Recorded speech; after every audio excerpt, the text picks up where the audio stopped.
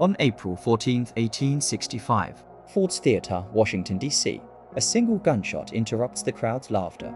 with a bullet deep inside his head, President Abraham Lincoln slumps forward in his seat. What followed was a medical disaster. rather than merely a tragedy. When the doctors arrived at Lincoln's box, they discovered that he was hardly breathing. They were only 19th century physicians, using basic tools and their instincts. There were neither ambulances nor neurosurgeons. After carrying him across the street, they placed him on a tiny bed at a boarding house. By candlelight, they probed his skull with metal tools, and their fingers in search of the bullet Lincoln's weak breathing and the ticking of a clock. were the only sounds in the room.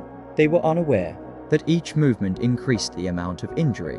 Infection and brain injuries were not yet understood by doctors. They believed that removing the bullet would save him the best, but in practice, each attempt made the wound worse. The bullet had lodged behind his right eye. As we now know, their probing simply made the bleeding and swelling Worse, By morning, the president was gone. History refers to it as a tragic lesson, but they called it a noble attempt.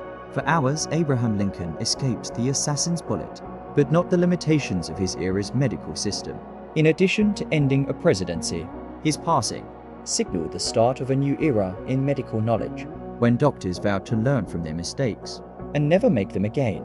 Please like and subscribe, comment and share. Thank you.